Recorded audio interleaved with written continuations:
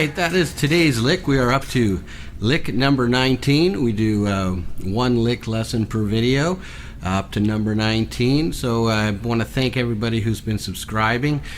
Just kind of got this started, and it's starting to grow, and I really appreciate it.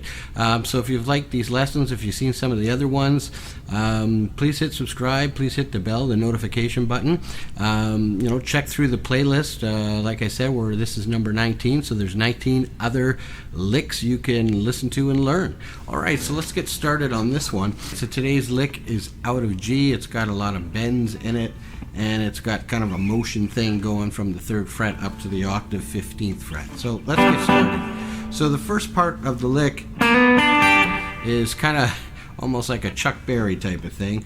We are going to hammer on from the B flat to the B, and then we're going to play the D and the G. So you could do these with hybrid picking. If you're using a pick, I would pick the first two, the hammer on, and then I would use the 2nd and 3rd finger to do the D and the G. So, and then you're going to put your 3rd finger up on the flat 7, which is the F, and you are going to bend that up to the G. So we've got, okay, and the trick with country style as opposed to blues, you're trying to get the note to be a quick bend. The bends are supposed to be quick in country. In blues you would kind of milk it, but in country you're trying to basically mimic a pedal steel guitar. So it's a pedal that's just moving the note from here to here. So you'd play your target note, and you kind of do a quick bend up. That. So it's a little bit of practice there to get that note, and it's a little bit of a crapshoot sometimes when you're soloing, because you're doing a quick bend, so you're not really hearing it. It's a lot of muscle memory. So you've got, okay, and then once you're up there, you take your pinky and you play the B note on the E string of the 7th fret. So you've got, okay, so that's a traditional steel bend right there, right? Because basically all you're playing is this triad, this D-shaped triad, with your root on the G at the 8th. So you're playing these two notes. You're stretching this note up to that note, and you're playing that note. So it's the bottom two notes of the G triad. So we've got, and then we release that note, and we pluck the D note with our index finger. So we've got, okay, so that's kind of the first phrase. I'll do that one more time. Right? So the next part, we're going to bend up from the E to the target note of F sharp, and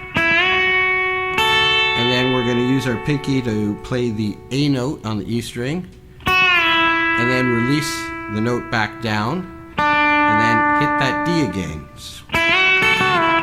So we've got, okay, so we'll do that slowly again. Okay, and now we're going to do a run that takes us from the 3rd fret area up to the 15th fret. So we're going to play the top two notes of the G triad here, right? G, B, and D. Where we're going to use our 2nd finger on the G and our 1st finger on the B. Okay, so we're going to slide into that, and then we're going to slide into this, where we're going to be playing the B and the G. So here we're playing G, then B, then we're sliding up and playing B and G. So we're just reversing the note. Okay.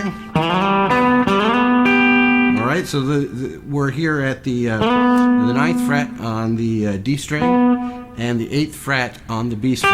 So we've got, and then we play the B again up here at the 12th on the B string, and the D note on the 10th, on the E string on the 10th. So just all triad notes, right? So there's your B and D, right? Your B and D. Okay, so we're gonna. Okay, and we're gonna hold the index finger on the D, and then play the B again. So the D is gonna kind of ring through. So we've got. Okay, so then we finish that phrase with a bend on the D all the way up to the E, and then we use our pinky finger to hit the G, and we'll hybrid pick with that. We'll use our first or second finger, whichever, or third, whichever more comfortable, to pull up on that G. So, and then we're going to release that down. So there's our target note E. And then we're going to resolve on the G string on the 12th fret. All right, so let's try the whole thing slowly.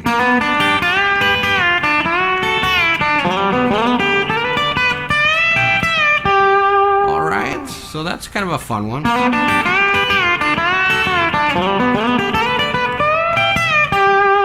right, there you go. So the real difficulty part here is the bends and staying in pitch.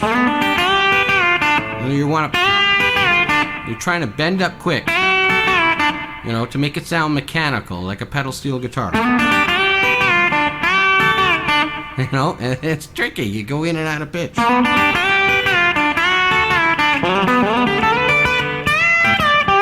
That last one you might want to drag that out a tinge, not make it. It works both ways. You might want to drag that last one out just to make a little bit more impact on it. So.